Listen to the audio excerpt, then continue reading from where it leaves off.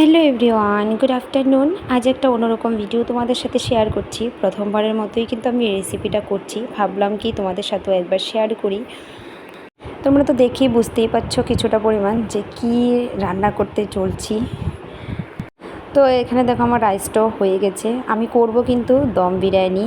আর আমরা বেসিক্যালি কিন্তু সব সময় চিকেন দিয়েই করে থাকি, ডিম দিয়ে। তো আমি এই প্রথমবার নিরামিষ করছি, যেহেতু আমি আগেই বলেছি যে আমার এই মাসটা পুরো নিরামিষ মাস।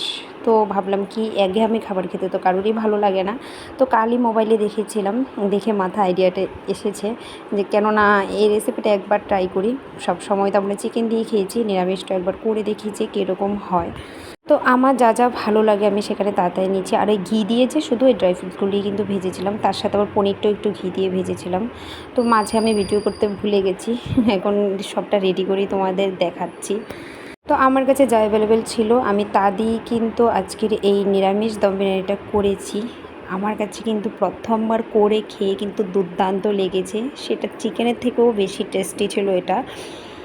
যারা যারা এখনও পর্যন্ত নিরামিষ এভাবে বানিয়ে ট্রাই করোনি, তারা একবার অন্তত ট্রাই করবে, সেটা কিন্তু চিকেনকেও হার মানাবে, এতটা টেস্টি। ভিডিওটা দেখার জন্য ধন্যবাদ।